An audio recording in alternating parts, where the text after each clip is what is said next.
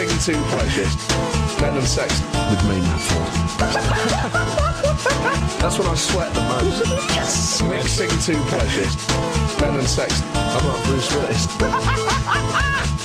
My head is one big party. What have you been up to anyway this week? I went to Skeggy yesterday. Did you? I went on a day trip to Skeggy, man. It was quality. What happened? I'm sunburnt. I hardly slept a wink last night. My neck is scorched. It was brilliant. We went on the fun fair, had some fun fair food, made a big D in the sand, and then went home. After the rumble in the jungle, two great enemies will collide once more in a debate to the metaphorical death.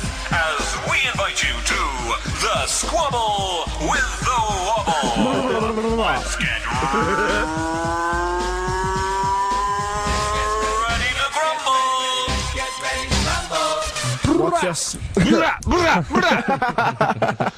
I'm stood up again. I am pumped. That's twice this week, innit? Forde. It is, well done. Yeah, very good. Anton, are you there? Cheers. Yep, I'm there. Anton, say hello to Forde. All right, Forde. All right, Matthew. Forde, say hello to Anton. Hello, Anthony. Hello, Anton. So, we've already heard this. Matthew, you have no dignity once I'm finished with you. Football's not your specialist Mate, subject. It's mine. if you- You're going down. Forde, All come I'm gonna say Forde. is- Wait, Forde. Now come back to him. If you're talking like that already, mate, you haven't got any dignity. The first lesson of dignity is self-respect, and you sacrificed yours the moment you texted into this show. He didn't text in, but... Whichever to be method. fair, we asked him to. yeah, we asked him to do it. We wanted to spice it up to get you in a mood. Just have a bit of respect for your opponent, that's all I'm saying, Anton. And Georgina from Nottingham is saying, it says something about Matt Forde, that his ideal day out is exactly the same as an 8-year-old. So you're getting slammed from... She's absolutely right. BBC Six Music. Russell Howard and Jon Richardson. It's debate time. All right, sorry. Anton, first question is about football. Anton, to you, my friend. Who is the... Right. It's about 20 seconds. 20 seconds. You'll know the time is up when John goes, time! So, please, Alright. who is the greatest footballer and why? Take it away, my friend. All right, it's Ryan Giggs because he's played more games than anyone, and he's in the best team in Britain. He's been playing for about 20 decades, more than anyone in Man United. Alex Ferguson has called him the most outstanding talent of his age, and he just conducts himself so well on the pitch and sets a great example. And that'll be it. Interesting. Forde, who is the greatest footballer and why? Stuart Pearce embodied everything that football's meant to be. Not only was he firm but fair, he was an inspirational leader who inspired people beyond the natural boundaries of football. His free kicks were fantastic. His legendary penalty in Euro 96 provided a human moment rarely seen on such a scale in sport. Stuart Pearce is simply the greatest footballer that has ever lived. I love the idea of the commentator go, great goal by Pearce. That is a human moment. I remember the commentary to that goal. Do you want me to do it for you? When he had the penalty in Euro 96. Mama, spill my jelly!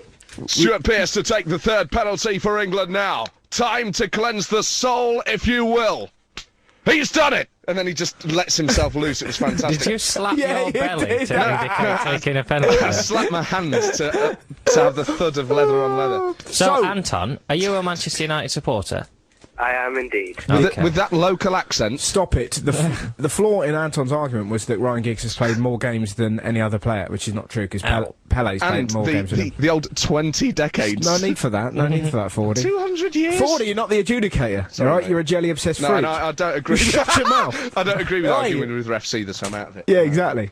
John. It's really tough, this one, because Both left-footed as well. if Anton had not been a Man United supporter, that would have swung it, I think, Yeah, for yeah. picking a player. But you've both picked players from the teams you support. Yeah. My local team. I can't judge against Forde for picking Stuart Pearce, although I want to, because Although he I said knew... he's the greatest footballer ever, and you're like, no. Come on, Yeah. that's Maradona. Drugged up. He was, though. These are the views of Matt Forde and the press at the time. Yeah, Pearce was a Lemsic addict. Who are you going for? And then I'll what give it to person? Anton. Anton! Let's get ready to grumble. We are back, we are live. It is 1-0 to Anton. The second question goes to you first. Matthew Forde. It's a role-play question, Matthew. It's a role-play question. You have 20 seconds. You are the manager of the German national side today, it's the European Championship final, please give your team talk. And may I say, gentlemen, to both of you, really go for it. Matt Forde, you're the German national manager. Tell your nation, tell your boys, you're 11, how they're going to win. Matt Forde. Okay, guys, come round. You had a cracking tournament so far. Lads, keep your head up. You are no doubt you're the best team on this pitch today. You've got to go out and prove it. Not only today for your fans, for yourselves, for your wives, for your daughters and for your grandfathers. This is a proud country. What We've about got to that erase. What about that now? Oh, don't interrupt me, what? Go out there, lads. Win the day, not only for your own souls, but for your nation. That'll do. I'll give you 5 extra seconds for the interruption. Crikey. Anton. Yep. You are the manager of the Spanish national side. Your team talk, please. All right. Okay, boys. You've been the most consistent team so far. You've got the best players on the pitch. Germany have been struggling. You are the key to holding the cup. It's only you can do it, and you alone. You can prove that footballers are not overpaid idiots. Thank you for that wonderful team talk, reminding me that I'm not an overpaid idiot. Get him growling, son. This is the first time we've seen Fordie get in on an opponent's question. I'm up in his face. What I would refer you to when you were heckled by one of your players. What about Anand? Don't interrupt me!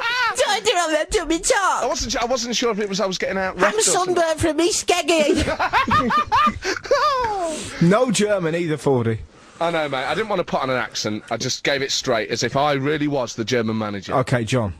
I'm disappointed to see neither player go very specific. The whole point of splitting it, Germany-Spain, would there be, you know, would you reference the players, reference Ballack? That's always going to get a laugh. Yeah. Passion is universal, John. Don't interrupt the judge. Soz ref.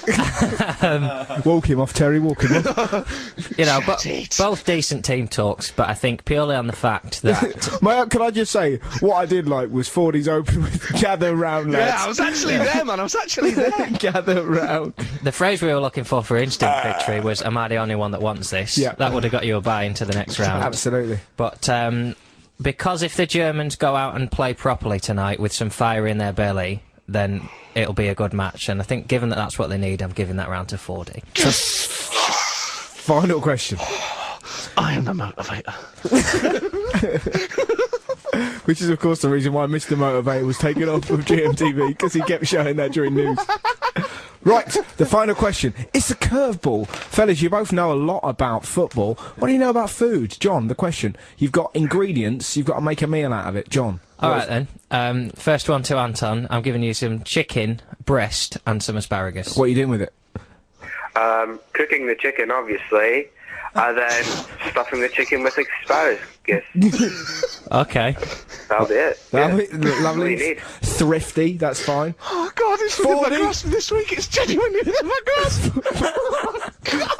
Oh, my God, I'm going to bottle it. Oh, God. This is your moment. It's like a real-life penalty for me. Go on. Fordie, I'm giving you chicken stock All right, okay. and pak choi. What's pak choi? Use it, Fordie, use it. Just tell me what it is. Come Get on, in that come on. bloody kitchen, Fordie. It's like that lettuce. Yeah. Right, okay, what I'm going to do... Actually, lettuce, are you sure? It sounds like batter. It sounds like you got 3 seconds left. All right, okay, what I will do is boil the chicken stock and add in the pak choi to make a really healthy chicken and lettuce meal. And then I'll keep half of the pak choi left for a bit of texture difference, so I'll serve it on that. On that. Fair enough. So a bit of crunch in there, you know. Yeah. Well, it's the crunch that's won the crunch. It's what? Just make it clear, I don't know what you're talking about. Oh, this is BBC. I'm hearing in my ear that it's come through from a mystery third judge who will remain nameless that Anton's won. I don't know how it happened. Chicken and asparagus. All you had to do was just say cook 'em both. I didn't know what pak choi was. Chicken stock's just bloody what?